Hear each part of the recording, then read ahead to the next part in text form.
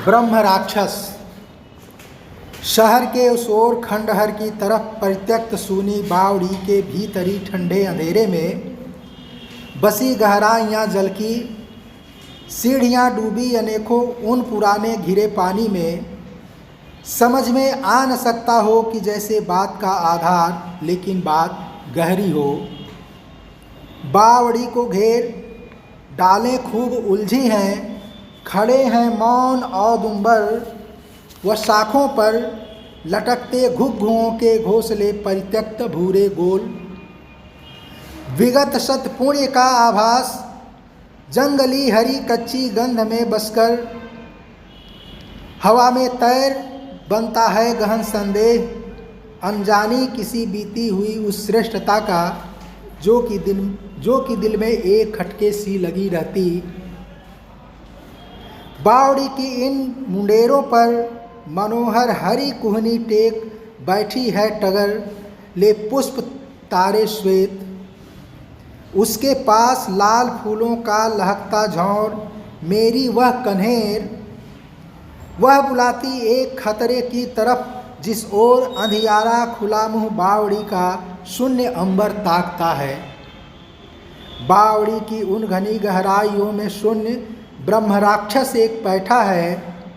वह भीतर से उमड़ती गूंज की भी गूंज बड़बड़ाहट शब्द पागल से गहन अनुमानिता तन की मलिनता दूर करने के लिए प्रतिपल पाप छाया दूर करने के लिए दिन रात स्वच्छ करने ब्रह्म राक्षस घिस रहा है दे। हाथ के पंजे बराबर बाँह छाती मुँह छपाछप खूब करते साफ फिर भी मैल और होठों से अनोखा स्तोत्र कोई क्रुद्ध मंत्रोच्चार अथवा शुद्ध संस्कृत गालियों का ज्वार मस्तक की लकीरें बुन रही आलोचनाओं के चमकते तार। उस अखंड स्नान का पागल प्रवाह प्राण में संवेदना है स्याह। किंतु गहरी बावड़ी की भीतरी दीवार पर तिरछी गिरी रवि रश्मि के उड़ते हुए परमाणु जब तल तक पहुँचते हैं कभी तब ब्रह्म राक्षस समझता है सूर्य ने झुककर नमस्ते कर दिया। पथ भूल कर जब चांदनी की किरणें टकराएं वही कहीं दीवार पर तब ब्रह्म राक्षस समझता है वंदना की चांदनी ने ज्ञान गुरु माना उसे। अति प्रफुल्लित कंटकित तन मन वही करता रहा अनुभव की नभ ने भी बिनत हो मान ली है श्रेष्ठता उसकी।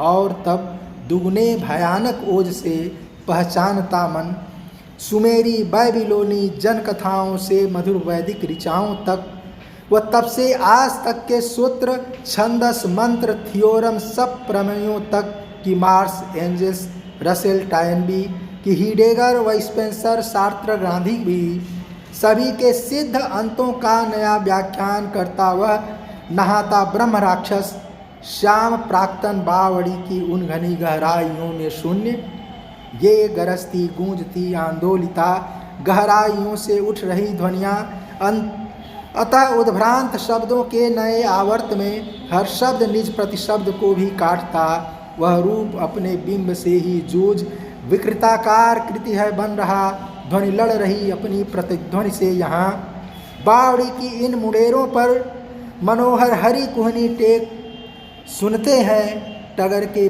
पुष्प तारे श्वेत वे ध्वनियाँ सुनते हैं करौंदों के सुकोमल फूल सुनता है उन्हें प्राचीन औदुंबर।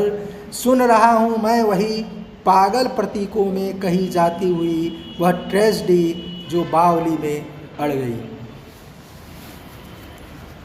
मुक्तिबोध की काव्य शिल्प की सर्व प्रमुख विशेषता है फंतासी का प्रयोग। फंतासी फैंटेसी फंतासी या की फैंटेसी स्वच्छंद कल्पना है जिसको दिवा स्वप्न भी कह सकते हैं।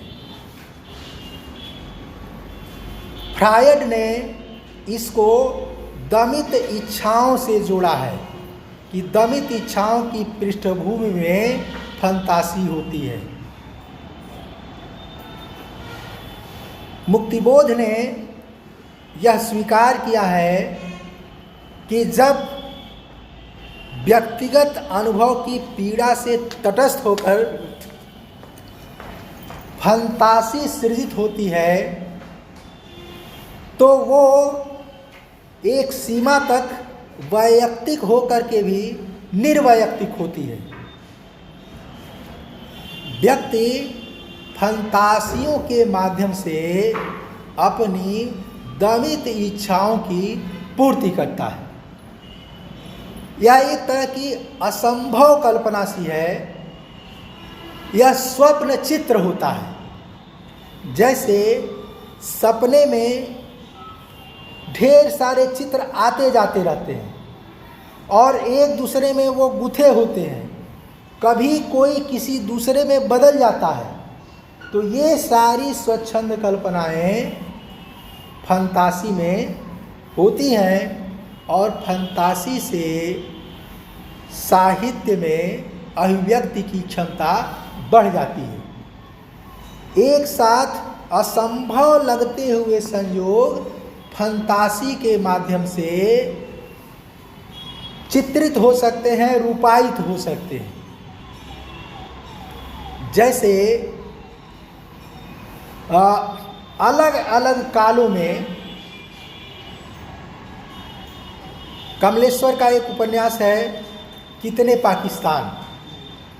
उस उपन्यास में अलग अलग कालों के व्यक्तियों को एक साथ दिखा दिया गया है, अवतरित कर दिया गया है, वो सामने आ जाते हैं। यह विश्वास किया जाता है कि मगहर के पास गुरु गोरक्षनाथ, गुरु नानक और कबीर ने एक साथ सत्संग किया था।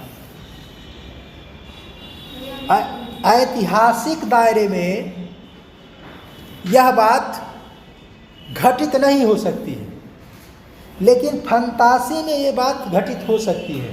उन सबको एक साथ दिखाया जा सकता है, चित्रित किया जा सकता है, वर्णित किया जा सकता है। मुक्तिबोध अपने समय की जटिलताओं को, प्रश्नों को देखते हुए, उन पर विचार करते हुए आवश्यकता के अनुसार अलग अलग तरह से फंतासी गढ़ते हैं। यह कविता ब्रह्म राक्षस, जो कि मध्यवर्गीय बुद्धिजीवी का प्रतिनिधित्व करता है, उसके मध्यवर्गीय बुद्धिजीवी के आत्मसंघर्ष पर केंद्रित कविता है। तो उस ब्रह्म राक्षस के क्रियाकलापों को एक भयावह वातावरण को सृजित करने के लिए फंतासी का प्रयोग किया है मुक्तिबोध ने।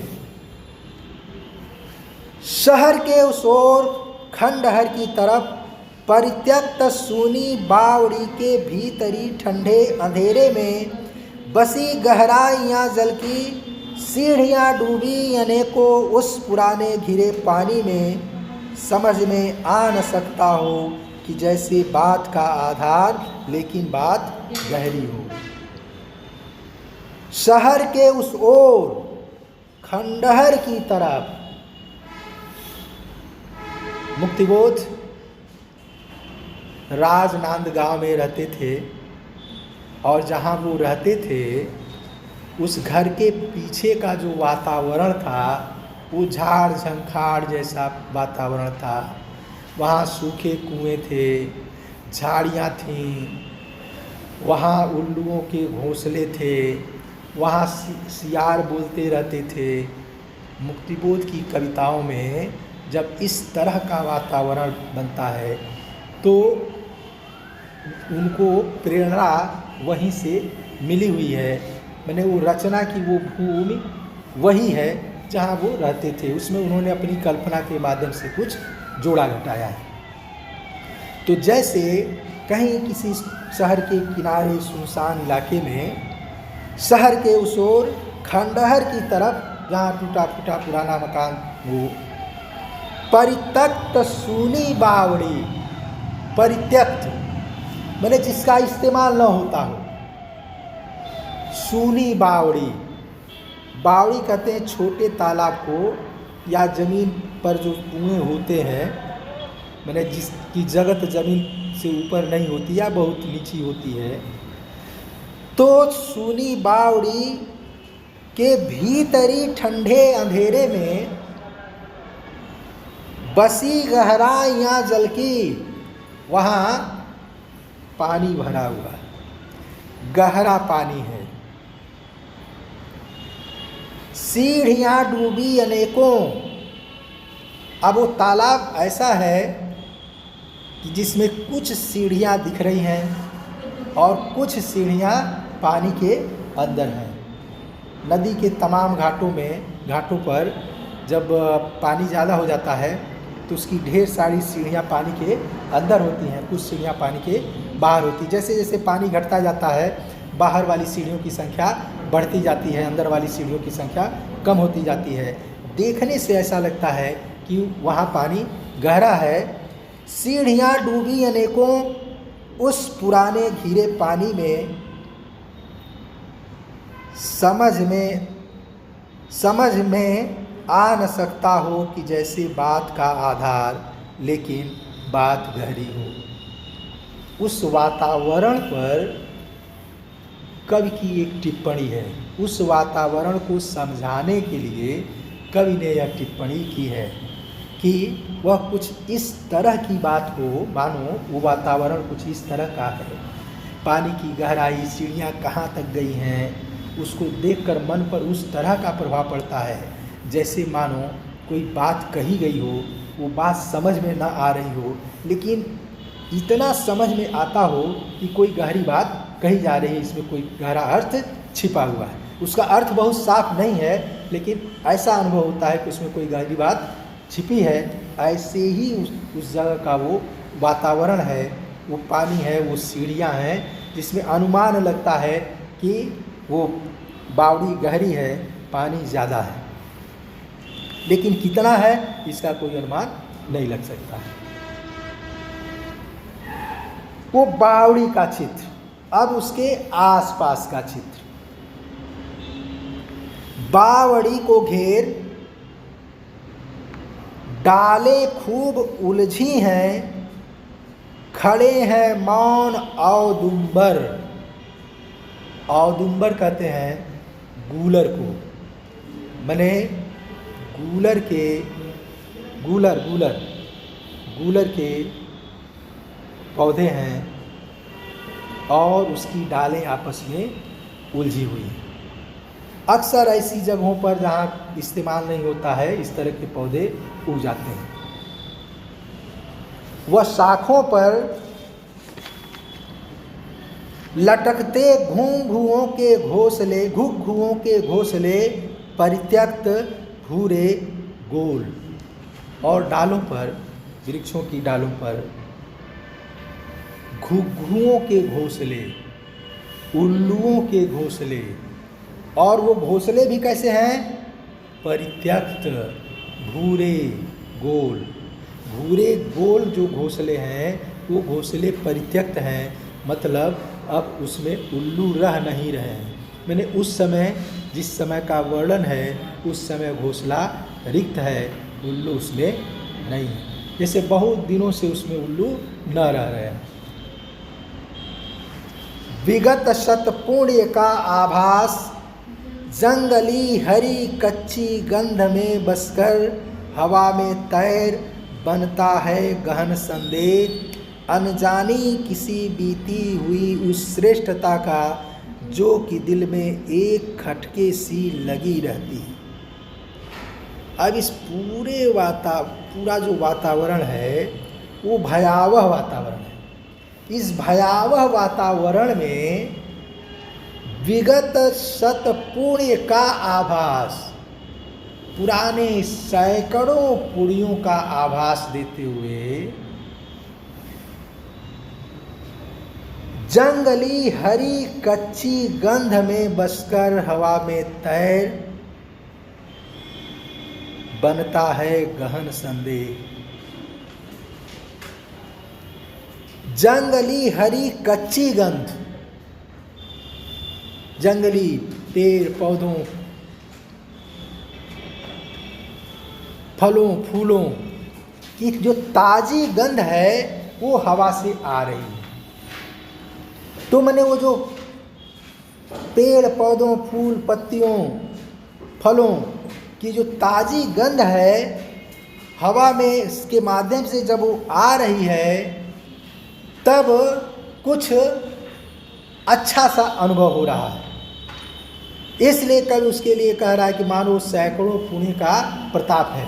जैसे भयावह वातावरण में अगर कहीं कुछ अच्छा अनुभव होने लगे तो ऐसा ही लगता है कि हमारे किसी पुण्य का प्रताप है कि इस परिस्थिति में हमको यह अनुभव हो रहा है। बनता है गहन संदेह, एक संदेह मन में पैदा होता है कि यह क्या है, क्यों है, कैसे है। अनजानी किसी बीती हुई उस श्रेष्ठता का जो कि दिल में एक खटके सी लगी रहती और उसमें किसी अज्ञात श्रेष्ठता का बोध होता है कि कुछ ऐसी चीज़ है जो बहुत अच्छी है, जो बहुत महत्वपूर्ण है और वो बात दिल में खटके सी लगी रहती है, मैंने बराबर बनी रहती है कि ये हो सकता है, ये हो सकता है, ऐसा हो सकता है। बावड़ी की इन मुंडेरों पर मनोहर हरी कुहनी टेक बैठी है टगर ले पुष्प तारे श्वेत। अब टगर का पौधा अपने श्वेत फूलों के साथ, कैसे फूलों के साथ, तारों जैसे फूलों के साथ, चमकते हुए सफ़ेद फूल जो तारे जैसे लगते हैं। देखो, बगैर किसी प्रयास के अलंकारों का इस्तेमाल जगह जगह, जैसे उपमा अलंकार का इस्तेमाल। बावड़ी की इन मुंडेरों पर, बावड़ी के मुंडेर पर किनारे मनोहर हरी कुहनी टेक, सुंदर हरी कुहनी टेक। अब कुहनी कौन टेकेगा? कुहनी तो कोई व्यक्ति टेकेगा। मानवीकरण अलंकार का इस्तेमाल, बने उसके पौधे, उस पर हरे पौधे, उसके पत्ते उस पर किनारे पर हैं। तो मनोहर हरी कुहनी टेक बैठी है टगर ले पुष्प तारे श्वेत। मैंने उस पौधे में, टगर के पौधे में, टगर क्या होता है? टगर कोई मैंने पौधा ही होगा, देखना पड़ेगा। और मैंने जिसमें सफ़ेद फूल होते हैं। ले पुष्प तारे श्वेत, उसके पास लाल फूलों का लहकता झौर, मेरी वह कन्हेर, वह बुलाती एक खतरे की तरफ जिस ओर, अंधियारा खुला मुँह बावड़ी का शून्य अंबर ताकता है। उसके पास ही, बावड़ी के पास ही लाल फूलों का लहकता झौर, मेरी वह कन्हेर, लाल फूलों के गुच्छे वाली कन्हेर, झौर गुच्छा। लेकिन उस कन्हेर के लिए कवि कह रहा है कि मेरी वह कन्हेर। यहाँ कवि कन्हेर से अपनापन जोड़ रहा है। क्यों? कि वह कन्हेर आगे की आशंकाओं, खतरों के प्रति सचेत करने वाली कन्हेर है, फूल है।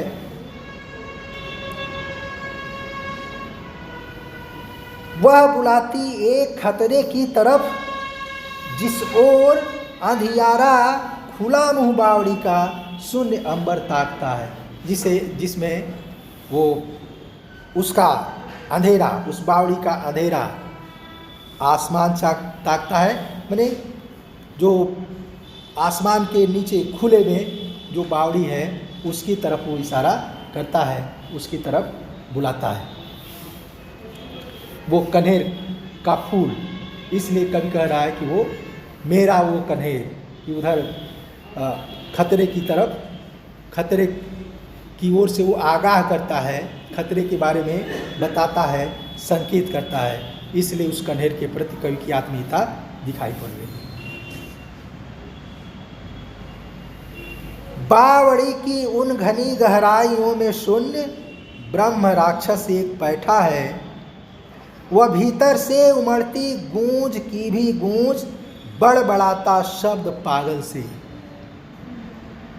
बावड़ी की उन घनी गहराइयों में शून्य ब्रह्म राक्षस एक बैठा है। एक ब्रह्म राक्षस उसकी गहराइयों में घुसा हुआ है। वह भीतर से उमड़ती गूंज की भी गूंज बड़बड़ाहट शब्द पागल से। कैसे पता चलता है कि अंदर वो घुसा है और पागलों की तरह से वो बड़बड़ा रहा है और उसकी आवाज गूंज रही है, बार बार उसकी आवाज गूंज रही है। गहन अनुमानिता, तन की मलिनता दूर करने के लिए प्रतिपल, पाप छाया दूर करने के लिए दिन रात स्वच्छ करने ब्रह्म राक्षस घिस रहा है देह। हाथ के पंजे बराबर, बाह छाती मुंह छपाछप, खूब करते साफ, फिर भी मैल फिर भी मैल। वो ब्रह्म राक्षस उस गहरी बावड़ी में स्नान कर रहा है। गहन अनुमानिता, ऐसा अनुमान लगता है। तन की मलिनता, शरीर की गंदगी दूर करने के लिए प्रतिपल, हर क्षण शरीर की गंदगी दूर करने के लिए, पाप छाया दूर करने के लिए, पाप की छाया दूर करने के लिए। अब यहाँ कवि ने लोक विश्वास का सहारा लिया है कि ब्रह्म राक्षस के बारे में लोक विश्वास यह है कि अगर कोई ब्राह्मण कोई पाप करता है तो वो मरने के बाद प्रेत हो जाता है, ब्रह्म राक्षस हो जाता है। तो उस पाप की छाया को दूर करने के लिए अब कविता की जब व्याख्या आगे होती है, आगे जब कविता जाती है तब यह पता चलता है कि दरअसल वो जो पाप की छाया है वो मध्यवर्गीय व्यक्ति के द्वारा किए गए पाप की छाया है। और वो पाप की छाया यह है, वो पाप यह है कि उस व्यक्ति ने लगातार केवल सिद्धांतों की बात की है, व्यवहारों के साथ उसका सामंजस्य वो नहीं बैठा पाया है, अपने दायित्व का निर्वाह नहीं कर सका है। तो ब्रह्म राक्षस मानो अपनी पाप की छाया को रगड़ रगड़ कर दूर करना चाहता है। पाप छाया दूर करने के लिए दिन रात स्वच्छ करने, दिन रात वो उसमें लगा हुआ है। ब्रह्म राक्षस घिस रहा है देह, हाथ के पंजे बराबर, बाह छाती मुंह छपाछप वो रगड़ता है। पूरा बिंब इसमें मैंने दृश्य बिंब खड़ा किया है मुक्तिबोध ने। जैसे कोई नहाता है, हाथ पैर मलता है, जगह जगह हाथ से मलता है, फिर पानी छपाछप अपने ऊपर फेंकता है, तो वो इस तरह से सब साफ कर रहा है। मुक्तिबोध कहते हैं खूब करते साफ, फिर भी मैल फिर भी मैल, लेकिन उसकी गंदगी दूर नहीं हो पा रही है। बराबर उसको लगता है कि अभी गंदगी रह गई है। उस प्रयास में लगातार वो लगा रहता है। और होठों से अनोखा स्तोत्र, कोई क्रुद्ध मंत्रोच्चार अथवा शुद्ध संस्कृत गालियों का ज्वार, मस्तक की लकीरें बुन रही आलोचनाओं के चमकते तार, उस अखंड स्नान का पागल प्रवाह, प्राण में संवेदना है स्याह। और वो चुप नहीं है। पहले कवि ने बताया है कि पागलों की तरह से वो बड़बड़ा रहा है। यहाँ भी कवि कह रहा है और होठों से अनोखा स्तोत्र, न जाने कौन सा मंत्र, कोई क्रुद्ध मंत्रोच्चार, गुस्से में कोई मंत्र वो पढ़ रहा है चिल्ला चिल्ला कर, अथवा शुद्ध संस्कृत गालियों का ज्वार, उसके मुंह से संस्कृत की, शुद्ध संस्कृत की गालियां निकल रही। कवि कहना यह चाह रहा है कि वो क्या बड़बड़ा रहा है कुछ समझ में नहीं आता है।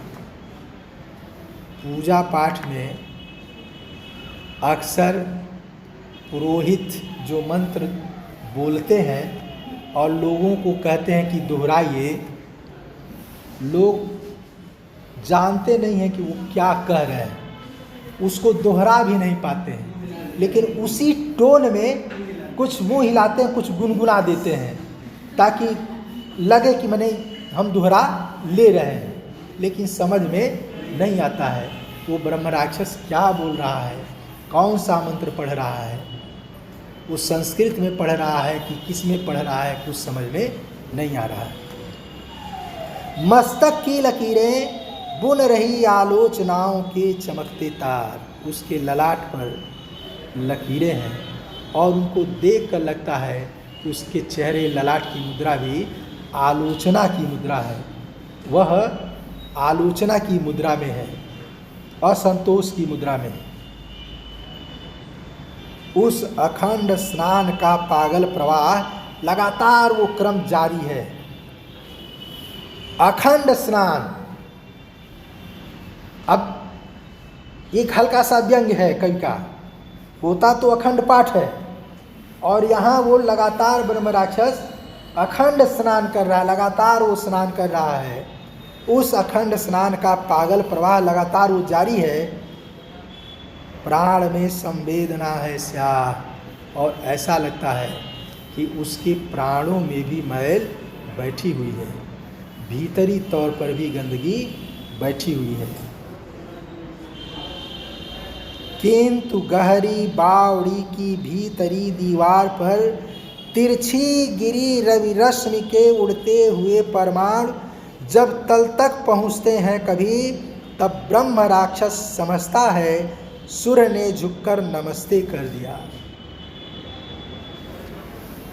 अब इतने से पता ये चला कि वो जो ब्रह्म राक्षस है वह ब्रह्म राक्षस संस्कृत के मंत्रों को भी जानता है, श्लोक भी जानता है, आलोचनात्मक तेवर अपनाता है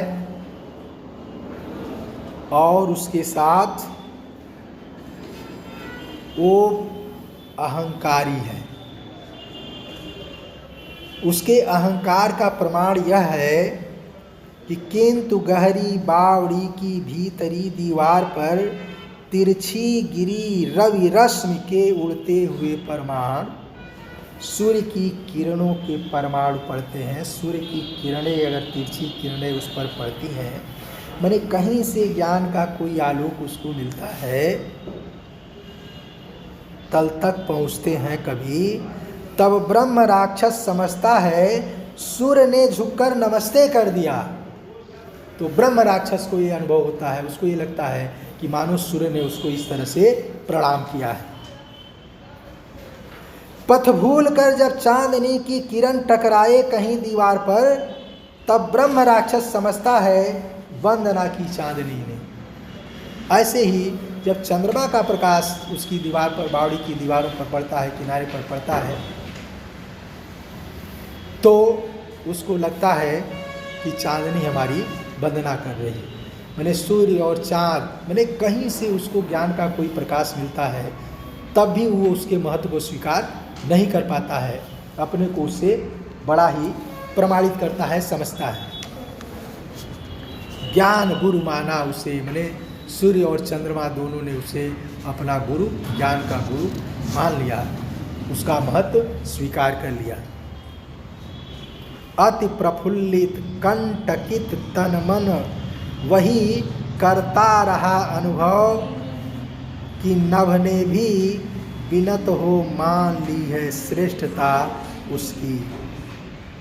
अति प्रफुल्लित कंटकित तन मन वही, अत्यंत प्रफुल्लित है वो, प्रसन्न है, और तन और मन में उसके कांटे बिधे हुए, बुराइयों से वो भरा हुआ है, जटिलता है उसमें, पेचदार है उसका दिमाग। बिनत हो मान ली है श्रेष्ठता उसकी, उसको ये अनुभव होता है कि आकाश ने भी मानो उसकी श्रेष्ठता को स्वीकार कर लिया है। और तब दुगुने भयानक ओज से, और ओज के साथ और तेज स्वर में और आवेश में, मधुर वैदिक ऋचाओं सुमेरी, और तब दुगुने भयानक ओज से पहचान वाला मन सुमेरी बाइबिलोनी जन कथाओं से मधुर वैदिक ऋचाओं तक, व तब से आज तक के सूत्र छंदस मंत्र थियोरम सब प्रमेयों तक कि मार्क्स एंजल्स रसेल टायनबी कि हिडेगर व स्पेंसर सार्त्र गांधी भी सभी के सिद्ध अंतों का नया व्याख्यान करता वह नहाता ब्रह्म राक्षस श्याम प्राक्तन बावड़ी की उन घनी गहराइयों में सुन। और वो जो ब्रह्म राक्षस है, चूंकि वो मध्यवर्गीय बुद्धिजीवी का प्रतीक है, इसलिए काफ़ी पढ़ा लिखा है और उसको अपने पढ़े लिखे का भी अहंकार है। इसीलिए वह सुमेरी बाइबिलोनी जन कथाओं, लोक कथाओं, वैदिक ऋचाओं से अब तक के छंदों, सूत्रों, मंत्रों, सिद्धांतों, प्रमेयों, और इतना ही नहीं, देश दुनिया के तमाम दार्शनिकों, गणितज्ञों, वैज्ञानिकों के सिद्ध अंतों, कवि ने सिद्धांतों नहीं लिखा है, सिद्ध अंतों, माने मानो वह उन सबके सिद्धांतों की ऐसी तैसी कर देने वाला, नया व्याख्यान करता हो, उसका नए सिरे से उसकी व्याख्या वो कर रहा है। और व्याख्या करते हुए नहाता ब्रह्म राक्षस श्याम प्राक्तन बावड़ी की उन घनी गहराइयों में सुन। प्राक्तन, पुरानी बावड़ी की उन गहराइयों में वो नहा रहा है।